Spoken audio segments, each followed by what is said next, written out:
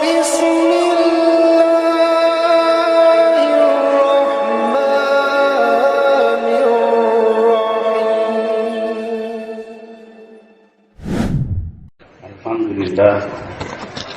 nahmaduhu wa nasta'inuhu wa nastaghfiruh wa na'udzu billahi min shururi anfusina wa min sayyiati a'malina.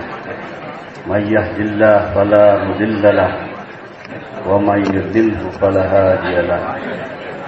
Ashhadu an la ilaha illallah wahdahu la syarika lahu wa ashhadu anna Muhammadan 'abduhu wa rasuluh la nabiyya ba'dah.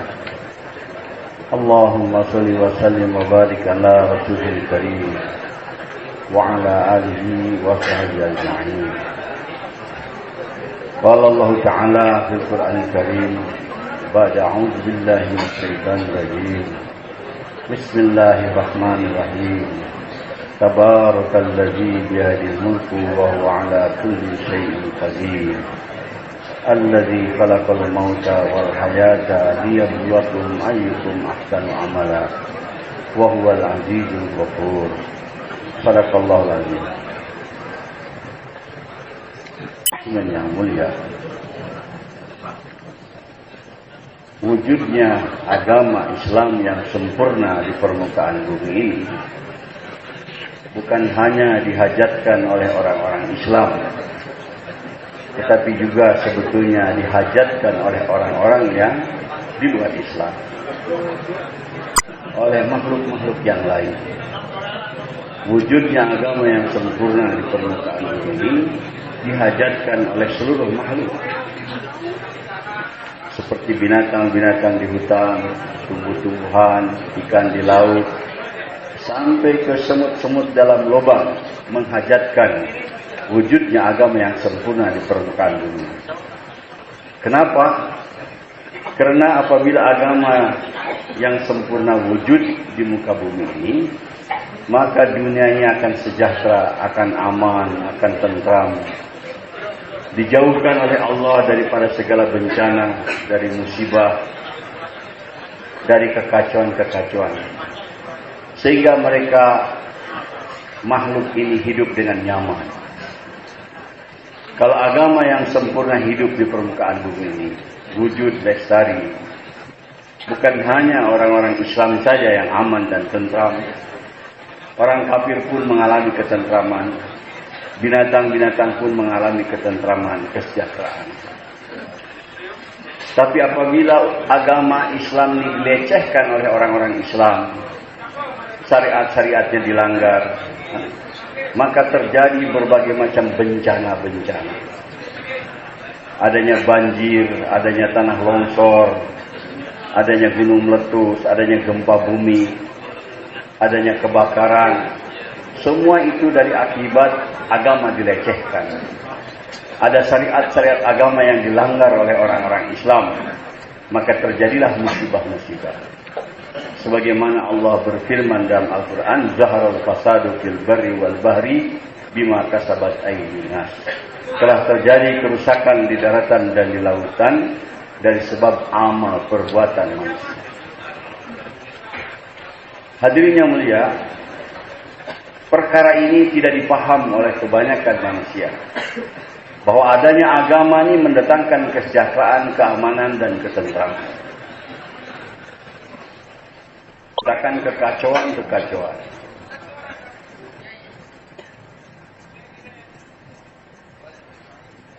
Ketertiban, keamanan, ketentraman yang ada di dunia sekarang ini juga, itu berkah masih adanya agama.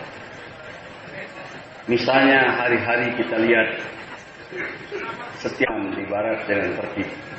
Ini masih berkah karena adanya agama. Karena masih adanya agama, Allah terbitkan matahari dari barat timur dan terbenam di barat.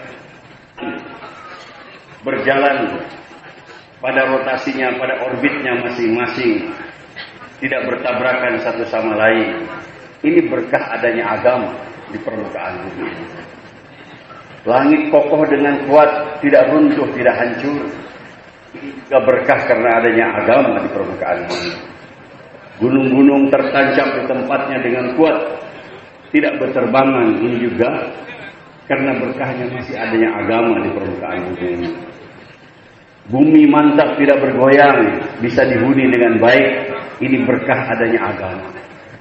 Lautan bisa dilayari, bisa diambil ikannya. Ini masih berkah adanya agama. Tumbuh-tumbuhan bisa mengeluarkan berbagai macam biji-bijian dan buah-buahan yang bermanfaat bagi manusia. Ini berkah karena masih adanya agama di permukaan bumi. Bahkan terjalin kasih sayang antara suami dan istri, saudara dengan saudara, antara ibu dengan anak. Ini karena berkah masih adanya agama di permukaan bumi. Hadirin, apa yang terjadi kalau agama ini sudah tidak ada di permukaan bumi ini? Sudah tidak ada lagi orang yang mau taat kepada Allah Subhanahu wa taala. Mereka hanya maksiat dan mungkarat kepada Allah.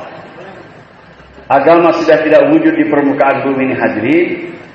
Matahari tidak akan terbit daripada timur, tapi akan terbit daripada barat. Gunung-gunung akan berterbangan seperti kapas. Air laut akan naik setinggi-tingginya kalau agama sudah tidak ada. Bumi akan bergoncang mengeluarkan segala isinya kalau agama sudah tidak ada. Manusia dari utara lari ke selatan, dari selatan lari ke utara, dari timur ke barat, dari barat lari ke timur tanpa tujuan, karena huru-hara besar akibat daripada tidak adanya agama. Bahkan kasih sayang antar manusia tidak terjalin lagi. Ibu yang biasanya sayang dengan anaknya, kalau agama sudah tidak wujud di permukaan bumi ini, hadirin, terjadi hari kiamat, sehingga ibu yang menggendong bayinya dilemparkan bayinya. Dan begitu dahsyat huru-hara besar terjadi, sampai bayi yang baru lahir akan segera beruban pada ketika itu juga. Ini kekacauan besar. Dunia akan dikiamatkan akibat tidak adanya agama. Tapi kita manusia tidak paham tentang pentingnya bagaimana agama harus wujud. Harus lestari di permukaan ini. Baru kesejahteraan akan tercipta.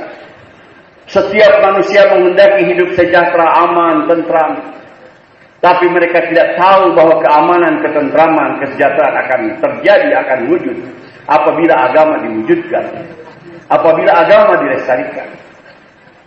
Manusia pada umumnya tidak suka dengan musibah, dengan bencana. Tapi mereka tidak sadar bahwa musibah bencana ini datang akibat berkurangnya agama. Adanya syariat-syariat agama yang dilanggar. Mereka mengatasi dengan ilmu pengetahuan mereka, dengan kebendaan, tetapi agama tidak diperdulikan. Hadirin, itu bukan jalan keluar daripada segala bencana. Ya. Padahal sebetulnya bencana itu terjadi atas perintah Allah Subhanahu wa taala. Gunung meletus diperintah oleh Allah, banjir datang diperintah oleh Allah, lumpur keluar diperintah oleh Allah, bumi bergoyang diperintah oleh Allah, tanah longsor diperintah oleh Allah. Tanpa diperintah ditentukan oleh Allah, mereka tidak akan digerakkan. Makhluk ini tidak bisa bergerak dengan sendirinya, dikuasai mutlak di bawah genggaman Allah Subhanahu wa taala. Jangankan perkara-perkara besar, sampai gugurnya satu daun dari ranting pohon berdasarkan ketetapan Allah, berdasarkan daripada perintah Allah Subhanahu wa taala. Kenapa Allah perintahkan bencana-bencana terjadi? Karena amal perbuatan manusia. Asbab yang sebenarnya dari perbuatan dosa manusia ini, maka terjadi berbagai macam bencana-bencana. Tapi kita tidak sadar. Ikut berpengetahuan seperti orang-orang yang tidak beriman. Misalnya banjir datang gara-gara buang sampah sembarangan, gara-gara hutan digunduli, itu terjadi seolah-olah tidak sholat, tidak apa-apa, hadirin. Berdosa kepada Allah itulah mendatangkan bencana-bencana. Tidak dapat dipungkiri. Itu asbab yang zahir yang nampak di mata manusia. Buang sampah sembarangan, hutan digunduli, terjadi erosi, terjadi banjir berupa. Tetapi sebab utama bukan itu, hadirin yang mulia. Amal buruk perbuatan manusia, dosa-dosa manusia kepada Allah Subhanahu wa taala, itu yang akan bencana. Orang kafir tidak paham. Pahamnya banjir karena sampah, karena hutan digunduli. Dia tidak tahu dari asal dosa-dosa manusianya. Kita hendaklah sadar bahwa bencana-bencana yang datang dari Allah Subhanahu wa taala pelajaran, peringatan bagi kita umat manusia. Allah memberikan peringatan kepada kita. Zaharul fasadu fil barri wal bahri bima kasabat aydina. Telah terjadi kerusakan, malapetaka, bencana-bencana di daratan dan di lautan dari akibat amal buruk manusia. Dari sebab dosa-dosa manusia. Cara memperbaikinya tidak hanya dengan teknologi, dengan ilmu pengetahuan, tapi harus kita tobat, hentikan perbuatan dosa kita, ganti dengan amal yang taat kepada Allah Subhanahu wa taala. Maka Allah akan robah keadaannya.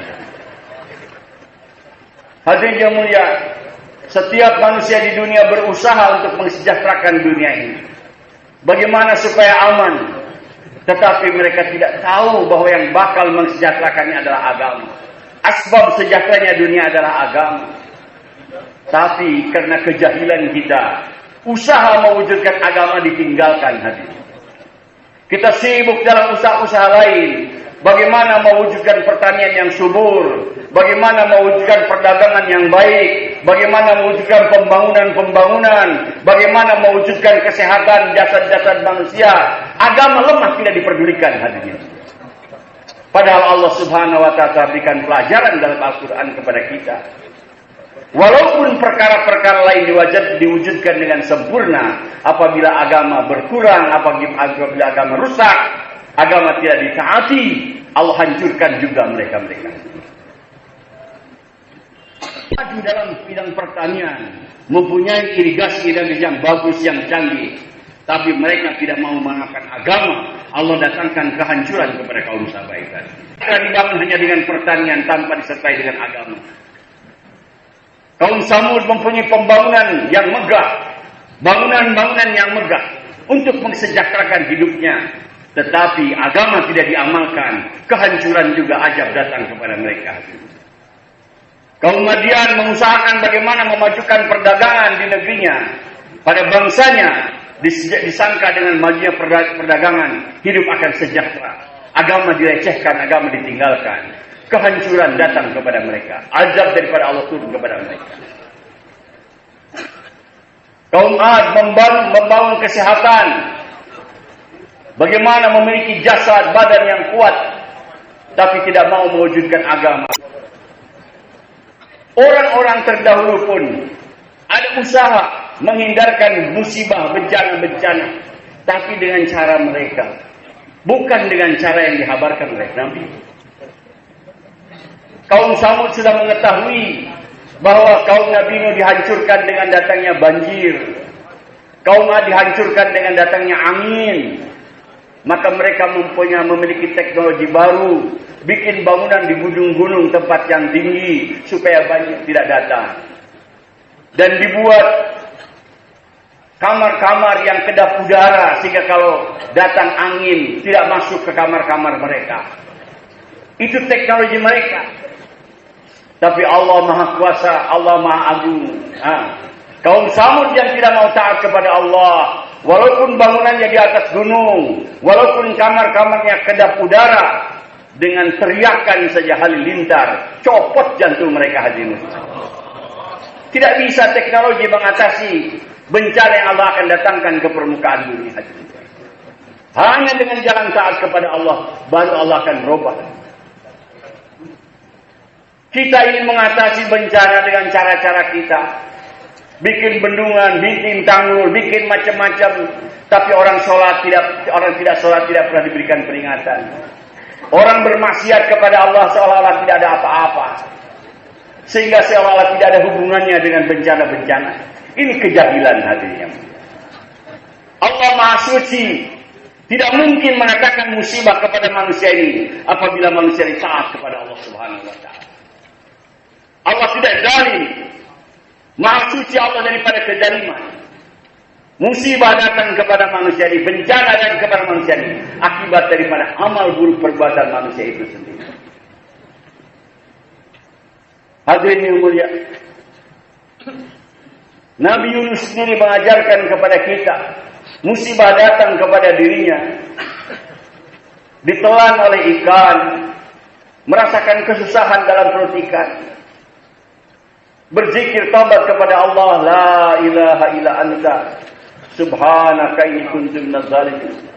Tidak yang berhak ditaati melainkan Engkau ya Allah. Maha suci Engkau ya Allah. Aku telah menzalimi diriku sendiri. Dia merasa kesusahan di perut ikan, menyadari bahwa itu daripada menzalimi diri sendiri. Padahal Nabi Yunus itu hadirin bukan berbuat maksiat, bukan berbuat dosa. Nabi, hanya masalahnya kaumnya yang didakwah tidak mau ikut. Putus asa Nabi Yunus, pindah, mau dakwah ke tempat yang lain tanpa menunggu perintah Allah Subhanahu wa taala. Karena ini Nabi Allah yang pelihara, hanya karena masalah itu saja Allah datangkan musibah menimpa kepada Nabi Yunus. Jadi bukan bencana datang begitu aja, ada asbabnya. Kenapa Nabi Yunus ditelan oleh ikan? Ada asbab, yaitu meninggalkan kaumnya, mau dakwah ke tempat yang lain tanpa menunggu perintah daripada Allah Subhanahu wa taala. Bagaimana tidak musibah datang kepada kita? Banyak perintah-perintah Allah yang kita abaikan. Sebagian besar umat Islam tidak sholat, bergelimang dengan maksiat. Kita ingin musibah supaya terangkat, tidak mungkin hadirnya. Bereskan dulu ini umat Islam supaya taat kepada Allah, itu jalannya. Tapi usaha ini tidak dihargai hadirin. Seperti tidak ada hubungan. Apa itu jamaah? Datang ke rumah-rumah ngajak orang sholat. Seperti dianggap tidak ada harganya hadirin. Aku akan turun di permukaan bumi ini karena dosa-dosa manusia ini. Tapi kata Allah, karena aku masih melihat ada orang yang bolak-balik pergi ke masjid untuk sholat, dan ada anak-anak yang belajar Quran. Ini adanya orang yang bolak-balik ke masjid untuk sholat, adanya anak-anak yang belajar Quran, menjadi benteng di dunia ini untuk tidak datangnya murka Allah Subhanahu wa taala. Untuk tidak adanya bencana yang datang daripada Allah Subhanahu wa taala. Tapi kita tidak menghargai perbuatan hadir.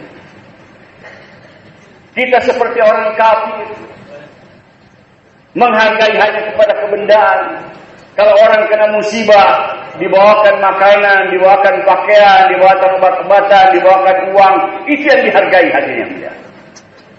Walaupun tidak merubah amal perbuatan mereka, tapi orang yang mau nasihat, memberitahu kepada mereka supaya taubat kepada Allah, supaya taat kepada Allah, tidak dihargai hadirin.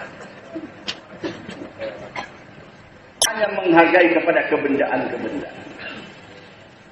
Padahal bencana-bencana itu terjadi dari akibat dosa-dosa.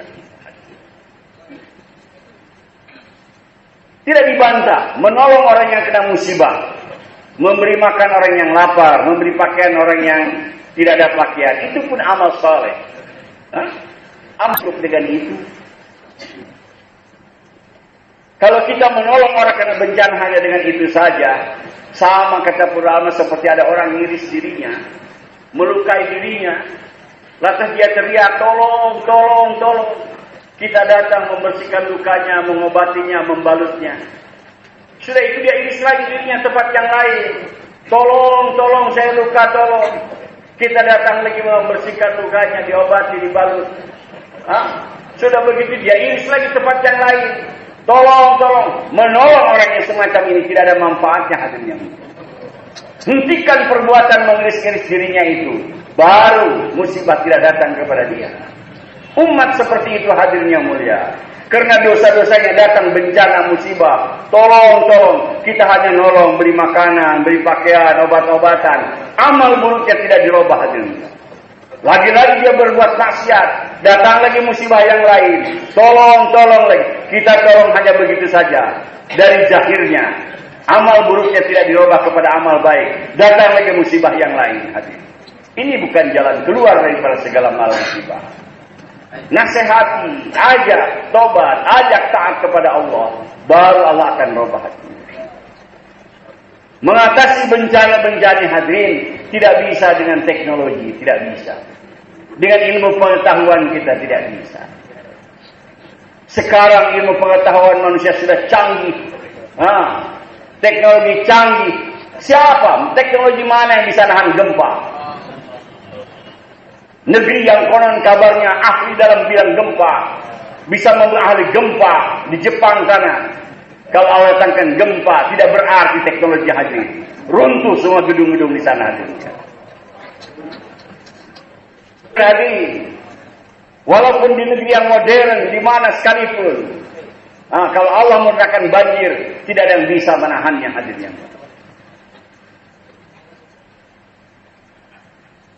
Hanya dengan jalan taat kepada Allah, dunia ini akan beres. Wujudkan agama yang sempurna, baru kesejahteraan akan terjadi hadirnya. Kita ingin sejahtera, ingin aman, tapi bukan agama yang diperbaiki. Kita memperbaiki hal-hal yang lain. Sehingga agama ini menjadi yakin. Nggak ada yang urus hadirin. Kalau kita agama, pertanian ada departemennya, hutan ada departemennya, pembangunan ada departemennya, perhubungan ada departemennya.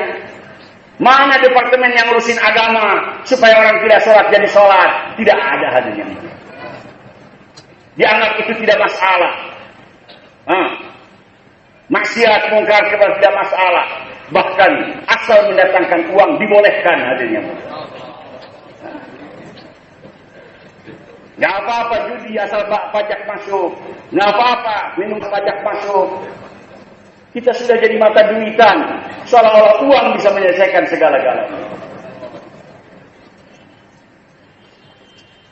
Padahal hadirin, walaupun uang banyak, dikala musibah mau datang, tidak. Hadirin yang mulia, untuk kesejahteraan alam ini tidak ada jalan lain. Kita harus taat kepada Allah Subhanahu wa Ta'ala. Baru Allah hentikan dalam musibah, bencana-bencana.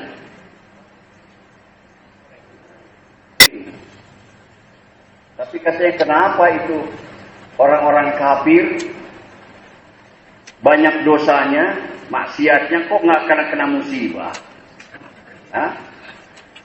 Kok nggak kena musibah? Padahal dia lebih berdosa daripada kita, lebih maksiat daripada kita. Hadirin yang mulia, berbeda hukuman Allah, ketentuan Allah kepada orang Islam dan kepada orang kafir. Kalau untuk orang Islam, untuk orang beriman, apabila mereka berbuat kebaikan, taat kepada Allah, Allah tidak balas hanya di dunia ini, tapi dibalas di akhirat. Diberikan surga nanti, dari amal baiknya. Tetapi kalau umat Islam, umat beriman, berdosa kepada Allah, akan segera hukumannya di dunia ini, supaya di akhirat tidak masuk neraka lagi. Itu ketetapan Allah. Kalau orang Islam berbuat baik, ditahan balasannya, supaya nerimanya nanti di surga. Tapi kalau berbuat dosa, segera disegerakan di dunia ini, supaya di akhirat bebas, tidak kena lagi hukuman. Kalau orang kafir tidak begitu. Kalau berbuat kebaikan, segera dibalas di dunia ini, supaya Allah di akhirat tidak punya utang lagi untuk membalas.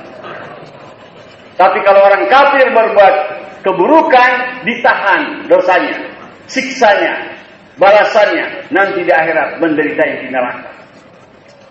Jadi orang kafir itu kalau berbuat kebaikan, segera di dunia ini dibalas kebaikannya. Tapi kalau berbuat dosa, ditahan musibah ajalnya, nanti supaya terima di akhirat. Itu bedanya ketentuan dengan kafir.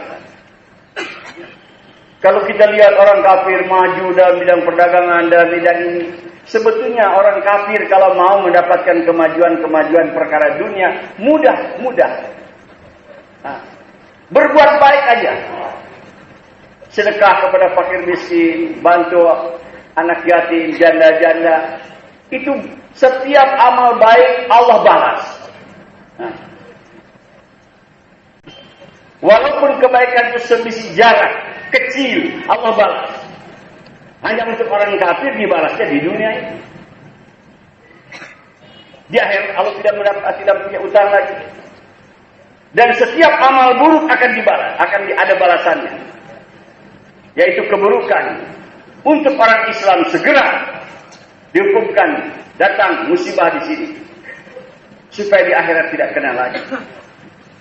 Tapi kalau orang kafir berbuat keburukan, ditahan, supaya sempurna musibahnya, azabnya di neraka nanti di akhirat. Hadirin, ada kisah, ada seorang soleh, seorang takwa, dia dalam perjalanan di padang pasir, mau minum, ada dia bawa persediaan air, sudah di tangan, macam di gelas mau minum. Allah perintahkan kepada malaikat supaya senggol itu gelasnya, sehingga air itu tertumpah, habis semuanya. Sehingga si orang takwa, orang soleh ini mati di padang pasir dalam kehausan karena airnya tumpah.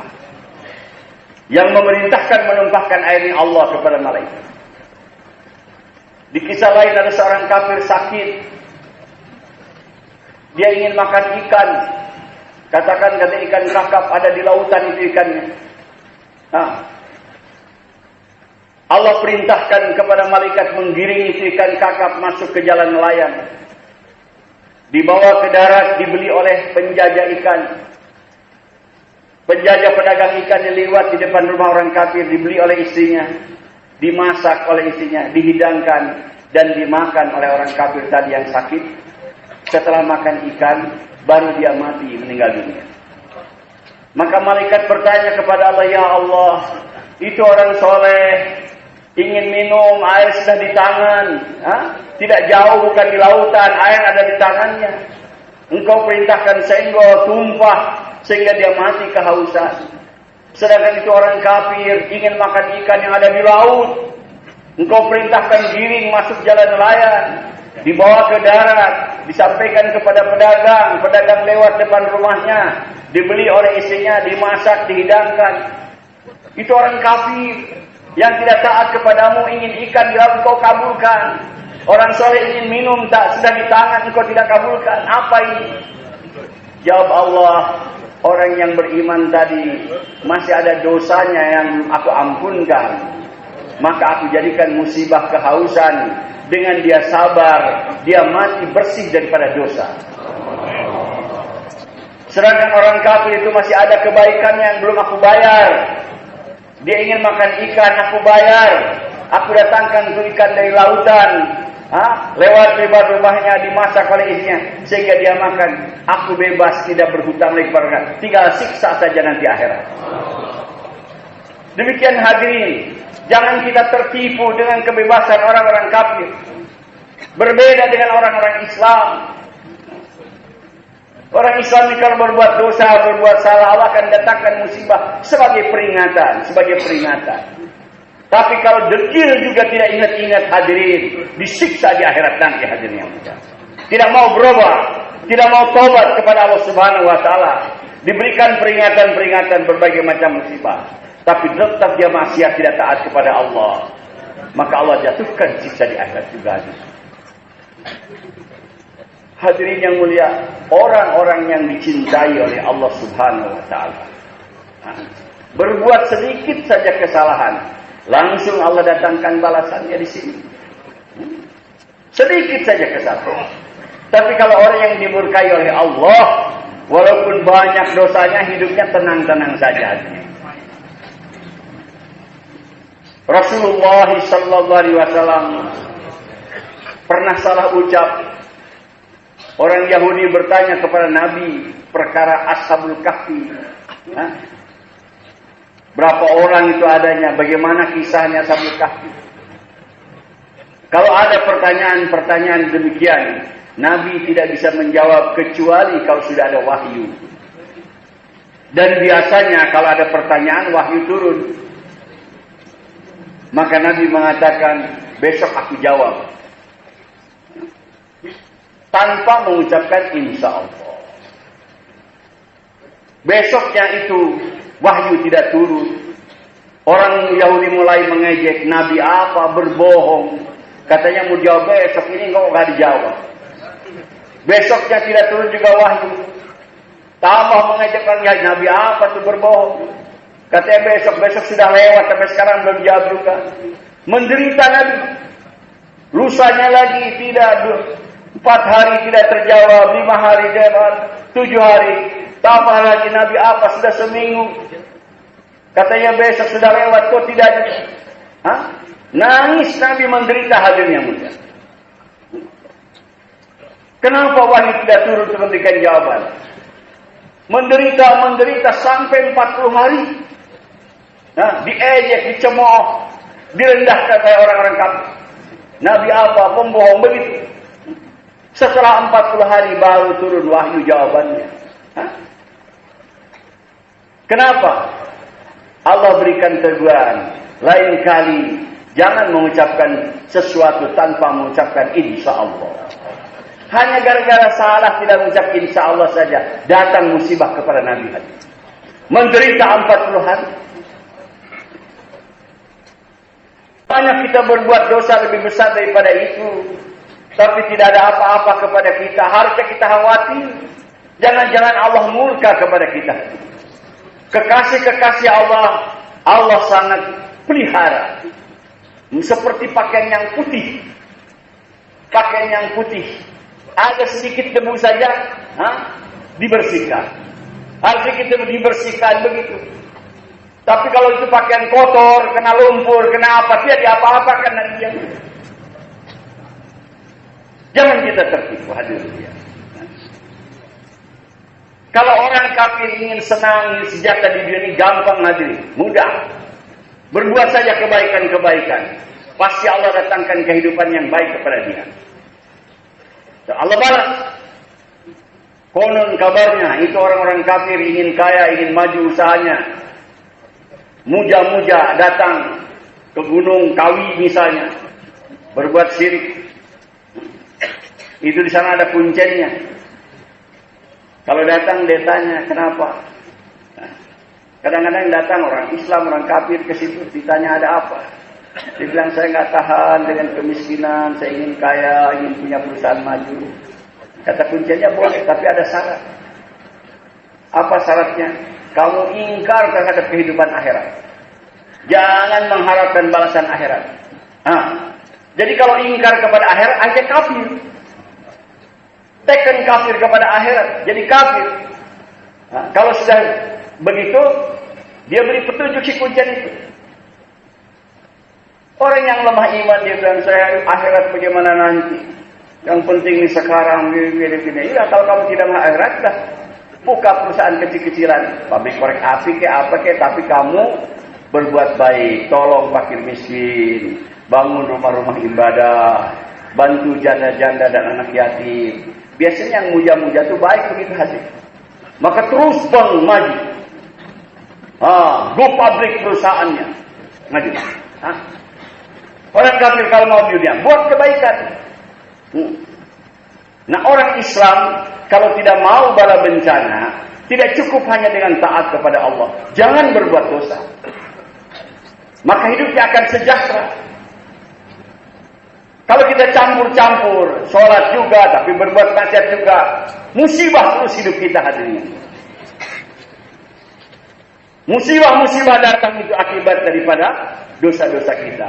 Kalau tidak mau kena musibah di dunia ini, hentikan perbuatan dosa kita. Jangan melanggar yang diharamkan oleh Allah Subhanahu wa taala. Umat Islam hadiskan dalam keadaan jahil. Banyak perbuatan dosa tapi tidak merasa berdosa. Sehingga kalau musibah datang dibilang dosa apa kami ya Allah. Pas kebakaran di tengah malam. Ada seorang wartawan di situ menulis, menceritakan kejadiannya. Dia kebetulan selamat. Di kapal itu ada bar. Dia minum minuman keras. Dia melantai, dansa dengan musik. Pasangan laki perempuan. Tahu-tahu jam 2, jam 3 malam terjadi kebakaran. Manusia panik, penumpang panik. Yang depan lari ke belakang, yang belakang lari ke depan. Mulai dinding kapal panas, lantai panas. Yang tidak tahan melompat ke lautan, tenggelam habis. Si wartawan yang nulis ini, dia bilang makan itu, ya Allah dosa apa kami ini? Padahal dia sendiri cerita, malam itu minum minuman keras, melantai. Tapi dia bilang, dosa apa kami? Satu orang, dia ngadu sama saya. Itu tawaf, dia bilang terasa panas lantai Masjid Haram itu. Dia hampir melepuh kaki saya, sehingga dia jalan tawaf berjingkat-jingkat. Dia bilang, ya Allah, dosa apa saya ini? Paling saya suka main perempuan aja. Banyak perbuatan dosa haram kita lakukan, tapi kita tidak menyadari. Sehingga kalau musibah, dosa apa kami? Waktu saya di Mekah, ada jamaah pulang dari Indonesia. Ditanya Kak Gojari ahwal, evaluasi bagaimana Indonesia. Dia tidak tahu di majlis itu ada saya, orang Indonesia. Dia bilang, apa dia bilang? Di Indonesia ar-rijal wan nisa kal ganam. Di Indonesia dia bilang laki-laki sama perempuan kayak kambing. Kemana-mana begitu, tidak ada masalah. Bukan muhrim dan sebagainya. Di kantor sama-sama, di pasar sama-sama, di jalan sama-sama. Dianggap tidak berdosa lagi, itu hadirin yang mulia. Padahal perempuan itu aurat, melihatnya wajah haram, mendengar suaranya haram.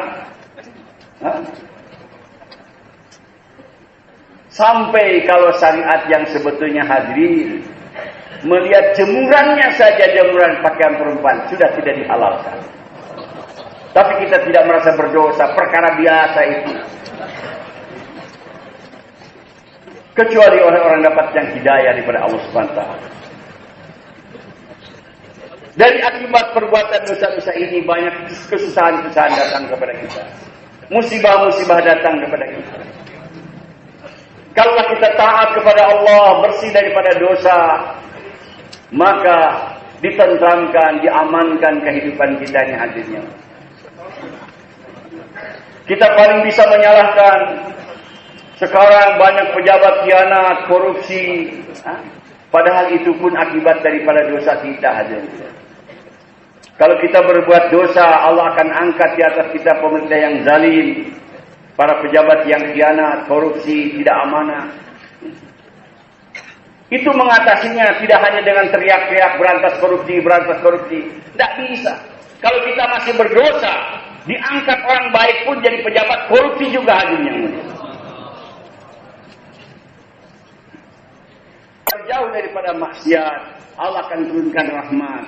Di antara rahmat itu Allah akan angkat di atas mereka pemerintah yang adil, pejabat yang amanah, tidak khianat, tidak korupsi. Allah yang bikin begitu.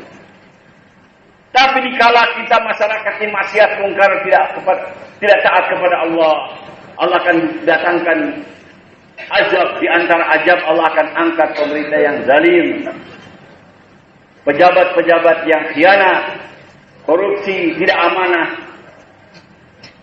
Itu akibat daripada dosa kita. Allah berfirman dalam hadis qudsi yang mafhumnya, jangan kamu mencerca para penguasa.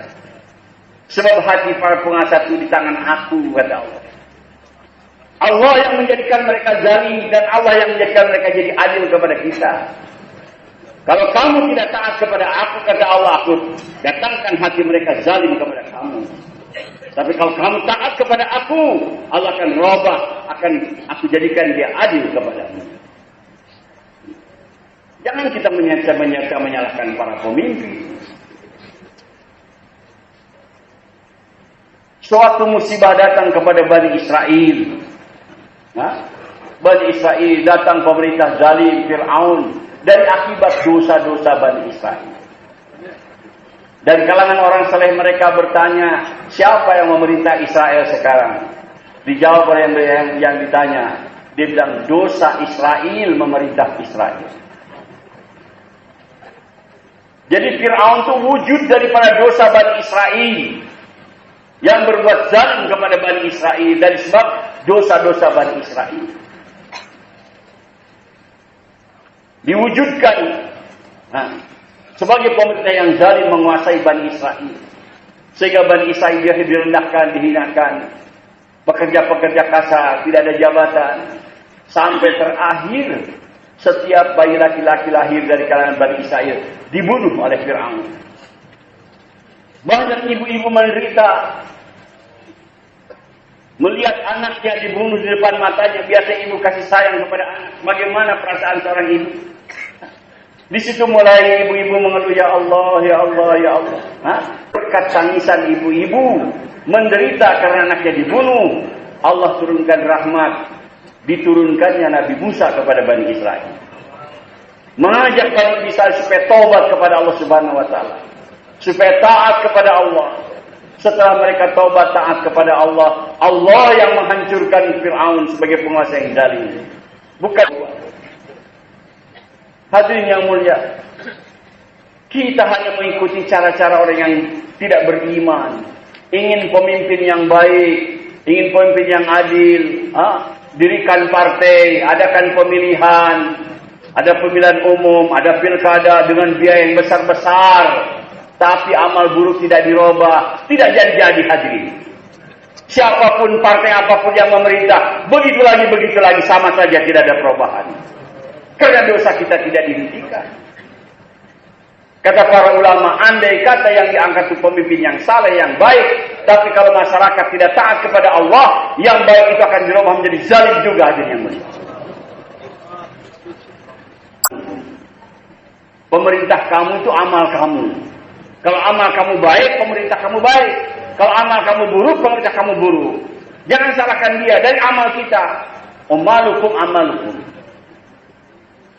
Yang memerintah kamu adalah amal kamu. Kalau kita ini baik-baik, taat kepada Allah, Allah akan angkat di atas kita penguasa-penguasa yang baik. Tapi karena tidak banyak dosa, maksiat kepada Allah, Allah akan angkat.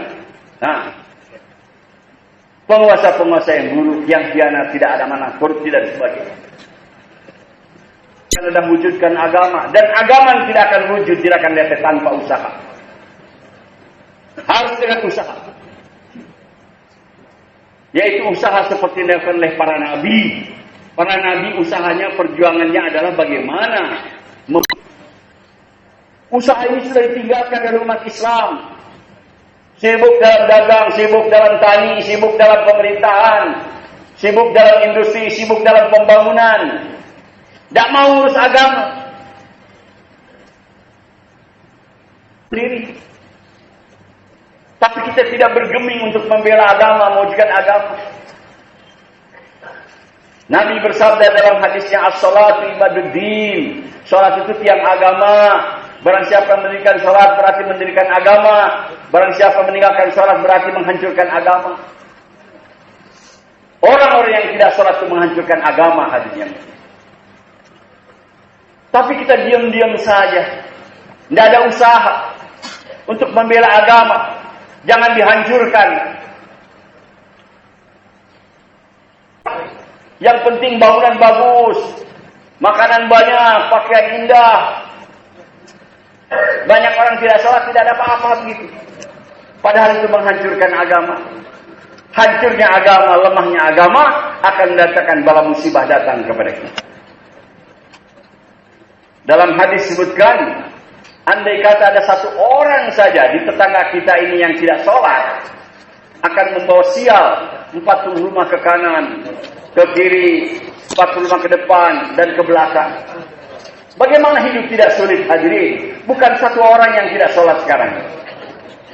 Di mana-mana yang tidak sholat lebih banyak daripada yang sholat. Bagaimana kita mau hidup aman, hidup tentram, hadirin yang mulia? Seru kepada umat Islam pentingnya ini agama. Sadarkan.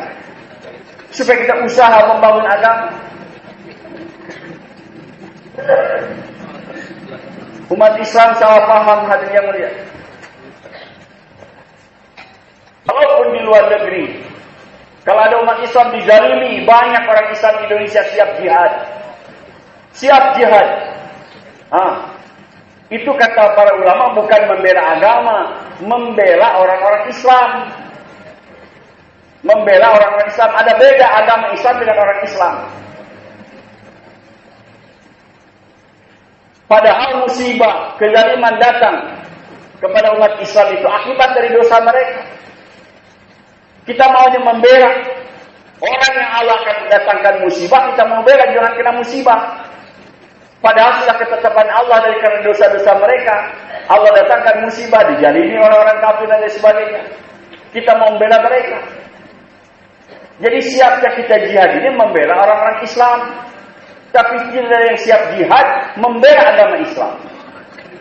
Agama Islam diinjak-injak, dihancurkan oleh orang Islam sendiri. Tidak sholat, maksiat, itu menghancurkan agama. Tidak ada yang siap jihad. Tidak ada.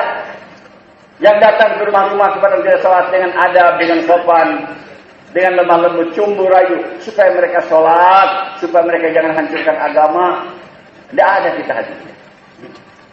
Yang diajarkan Nabi hadir yang mulia, bagaimana siap usaha atas agama, jihad atas agama. Kalaulah agama ditegakkan oleh umat-umat Islam, Allah jauhkan daripada bala musibah. Kalaupun orang kafir berbuat buruk kepada orang Islam, kalau umat Islam itu taat kepada Allah, jaga agamanya, akan dijaga oleh Allah Subhanahu wa taala. Akan dipelihara oleh Allah Subhanahu wa taala.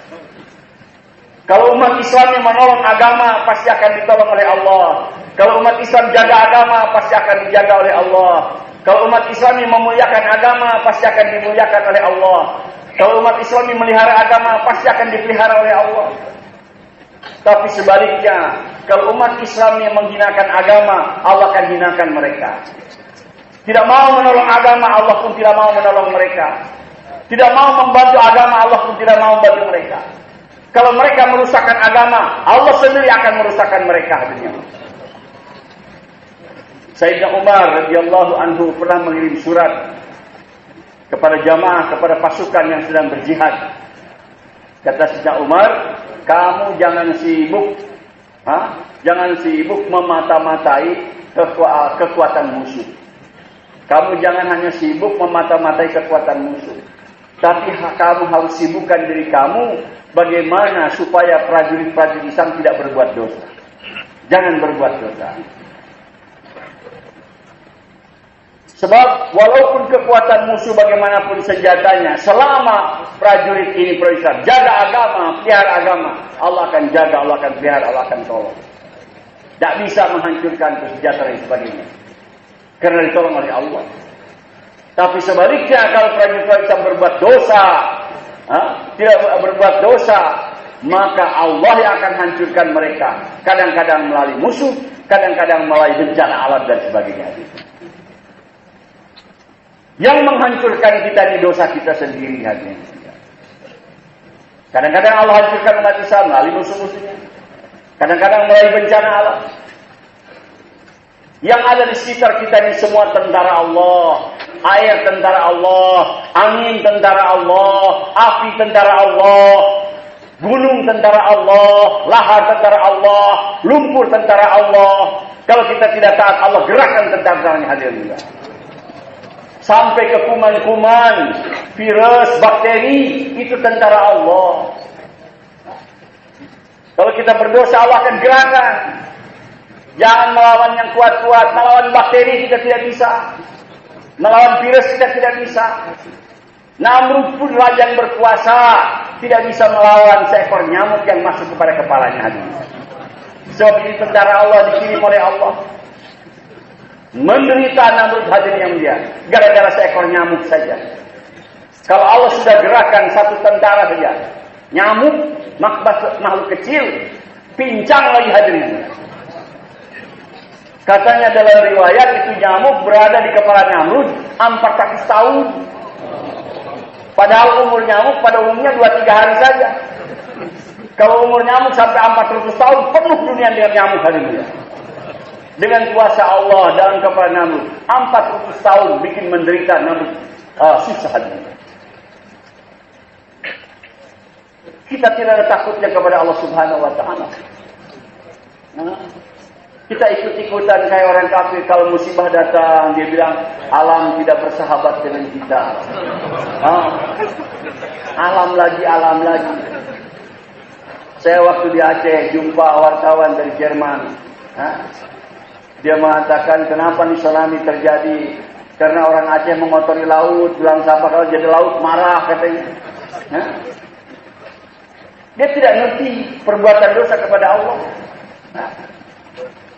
Kita ikut-ikutan begitu. Kalau kita baca di koran yang diberikan peringatan kepada penduduk supaya jangan banjir, jangan buang sampah sembarangan, gitu. Nggak sholat nggak apa-apa, asal buang sampah pada tempatnya, kurang lebih begitu. Nggak bisa hadirin.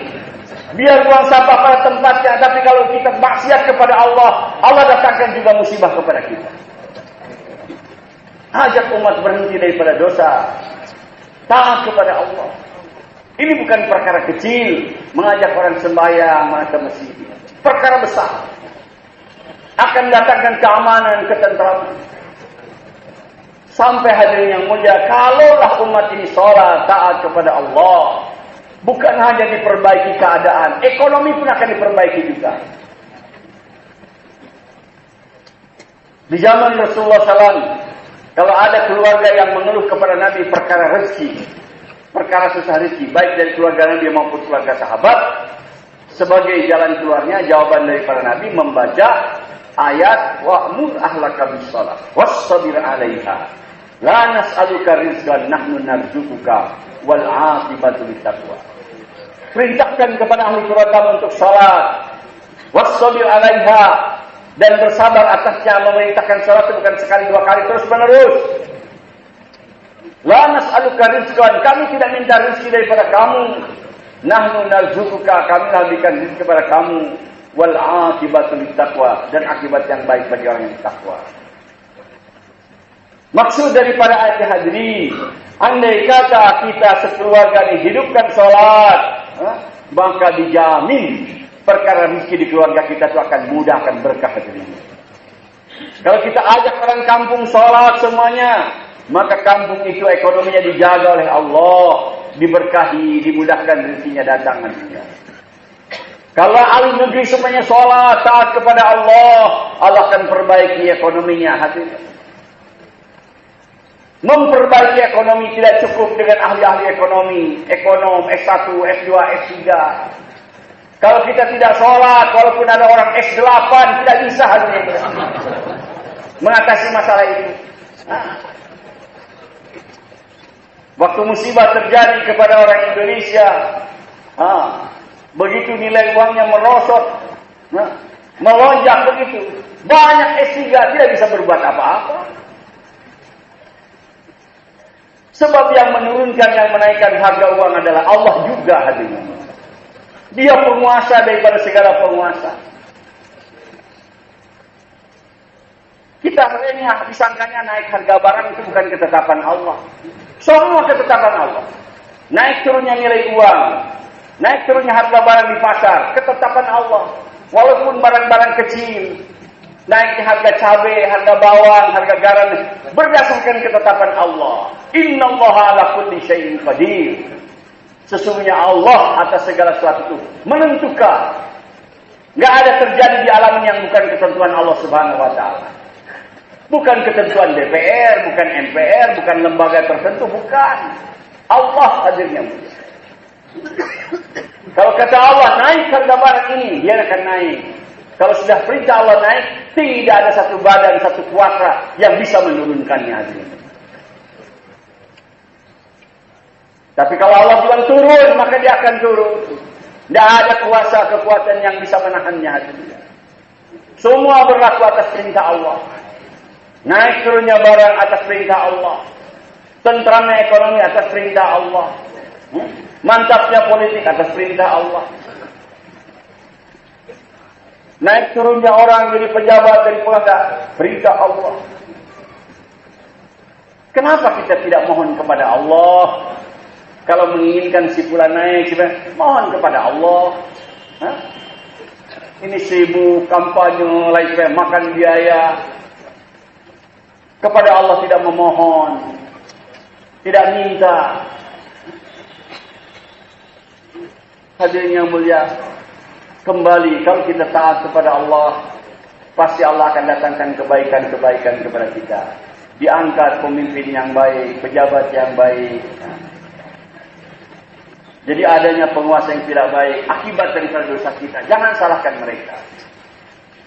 Salahkan diri kita. Umalukum amalukum. Pemerintah kamu, penguasa adalah amal kamu. Kalau amal kamu baik, pemerintah akan baik. Kalau amal kamu buruk, pemerintah akan buruk. Maka mendakwah orang mengajak kepada kebaikan ini adalah hak yang sebetulnya akan merubah daripada segala keadaan. Tapi manusia tidak tahu. Di tengah-tengah kejahilan orang tidak tahu ini. Kalau kita bangkit atas usaha ini, Allah sangat senang kepada kita. Allah memuliakan kita. Kalau kita mau meninggikan kalimatullah, sebarkan kalimat la ilaha illallah, Allah akan datangkan pahala kepada kita sebagaimana Allah telah memberikan pahala kepada para nabi hadirin. Allah akan kabulkan doa-doa kita sebagaimana Allah telah mengabulkan doa-doa nabi-nabi Bani Israel hadirin. Kalau kita kerjakan amal ini, doa kita akan didengar oleh Allah. Allah akan kabulkan keinginan-keinginan. Kalau doa sudah dikabul, segala macam urusan jadi mudah hadirin.